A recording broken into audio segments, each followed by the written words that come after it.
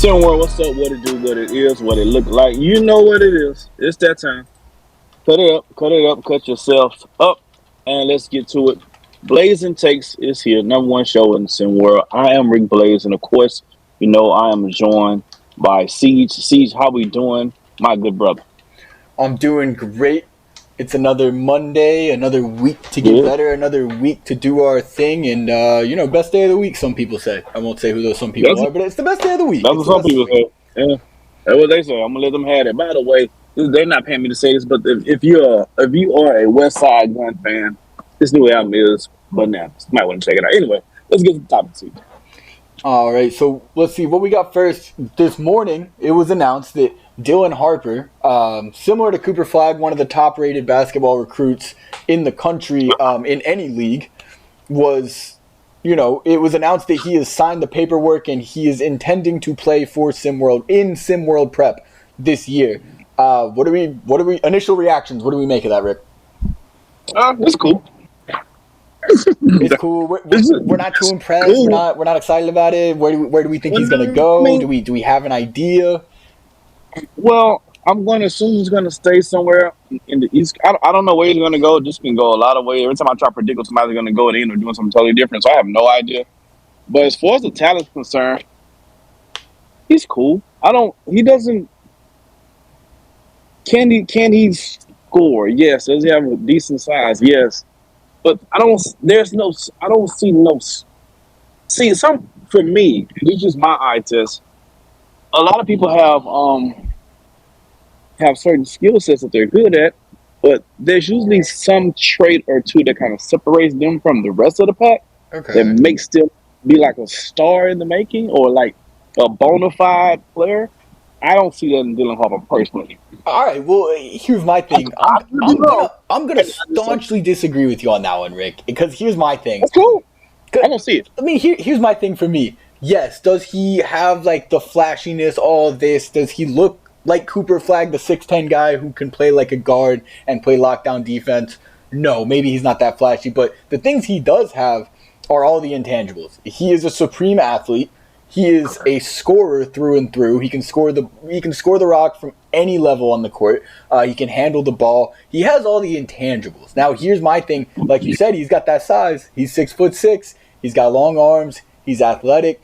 If someone who's a good defensive coach can get a hold of him and turn him into a lockdown defender, which defense technically, and how you play defense is something that can be taught. You can become a better defender, just like you can become a better scorer. You can't teach 6'6" and one of the best athletes out there. There's a reason that he, just like Cooper Flagg, were on the under-18 USA team. He is a supreme athlete. I mean, I agree with most everything you're saying. He is 6'6". He has a good length. But she was a lot players in somewhere 6'6" or better.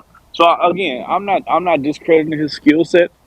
I just don't see anything that he does that's above and beyond so much better than anybody else. That's the point I'm saying. Well, there's a lot of good things. I can get behind that. I don't see him saying. I don't see any skill set that he currently has on this game. Now, what he grows into, who knows?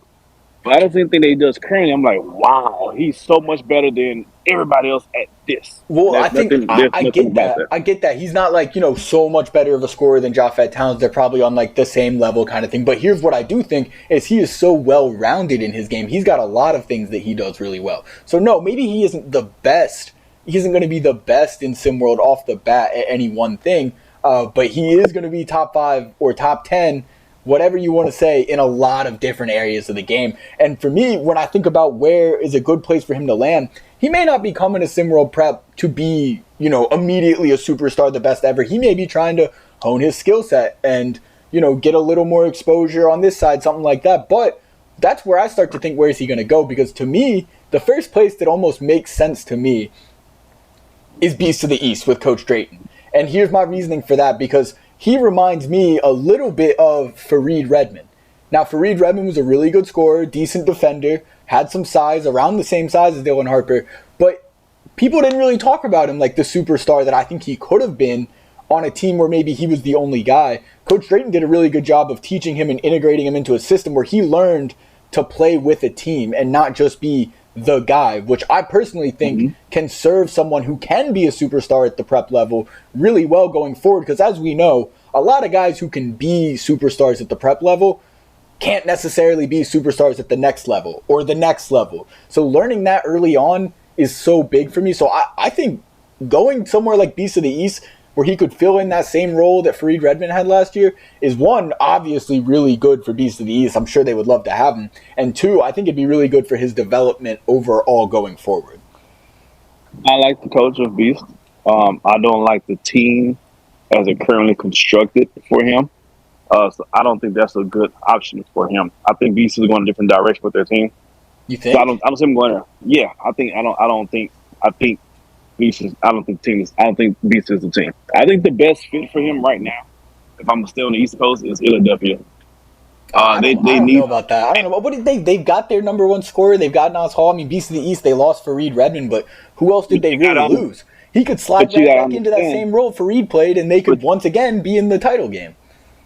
I don't think that's the way they're going. That's just my opinion. I don't think that's the way Beast is. I could be wrong. We're going to find out. I don't think that's the route. I think Philadelphia, what they're missing, what they need, is somebody who distribute the ball very well. Now, people want to give Dylan Harper a James Harden type comp. I don't give him that. But I've heard people say that James Harden is a pretty good distributor. If they have a really good distributor with the team that they have, giving us all the ball and giving Monty Parsons the ball when they need it in those spaces, giving Jermaine Owens the alley hoops and the pick and rolls, that makes Philadelphia a very nasty team. I think Philadelphia is the best fit for him. I'm not ready to get the best Philadelphia. Anyway, I have no idea. But we'll find out. I'm always willing to bet he's not going to be on Beast though. All right. That's just my opinion. All right, but moving on, we're talking about scores and stuff. Once again, whether warranted or not, Benari James was in the headlines this morning. This time, not even for something he did, but really just questioning, is he going to be able to stay out of the headlines this year? We've seen him in the headlines a lot last year. There was all that drama going on with Indy and his brother Barkley, and he made some drama for himself by where he chose to stand and what he chose to say. We've also seen a lot of progression from Benari. Now, early in the season last year, he was, and no disrespect, Benari, I love your game, but you were somewhat of a drama queen, and you like to run your mouth, and you progressed from that, so props to you for that.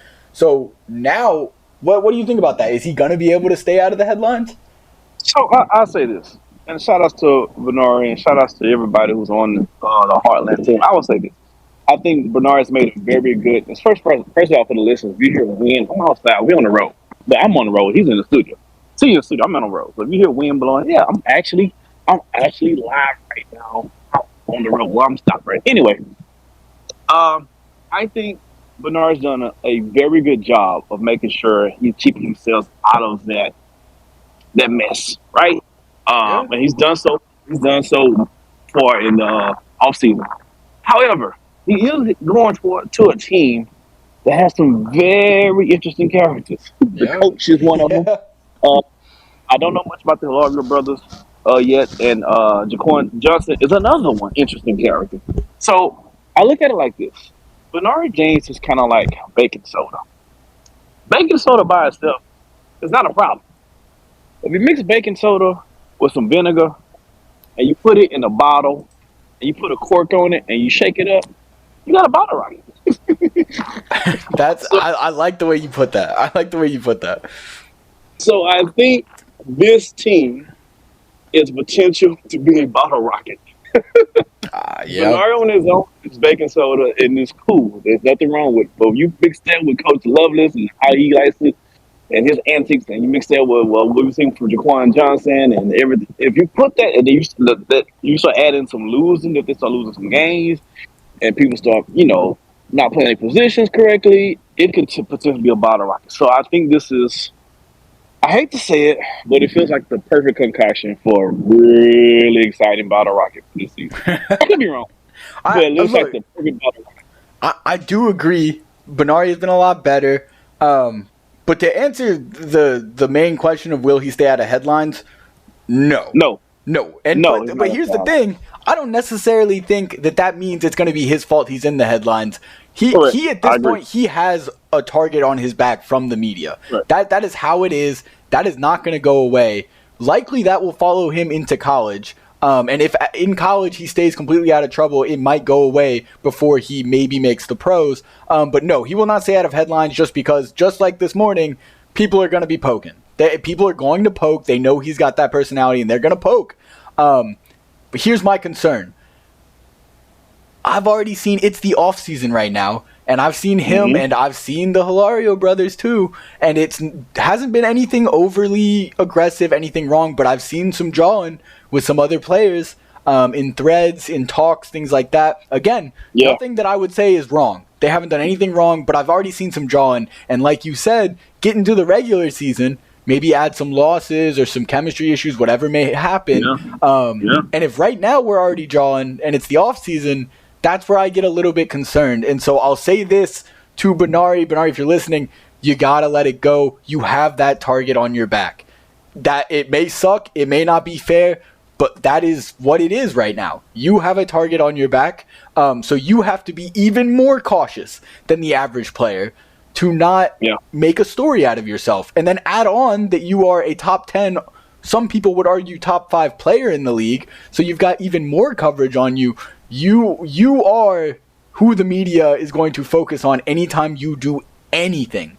So Benari just has to be very, very careful, and whether it's fair or not, he has to be more careful than any player in this league, or he's going to end up in headlines. Yep. Hey, heavy is the head that wears the crown. So that's what it is. All right, so before we get out of here, we got to get into our pick and roll topic. This is the topic of which I pick a subject matter, and then Siege is not aware of what the subject matter is to be.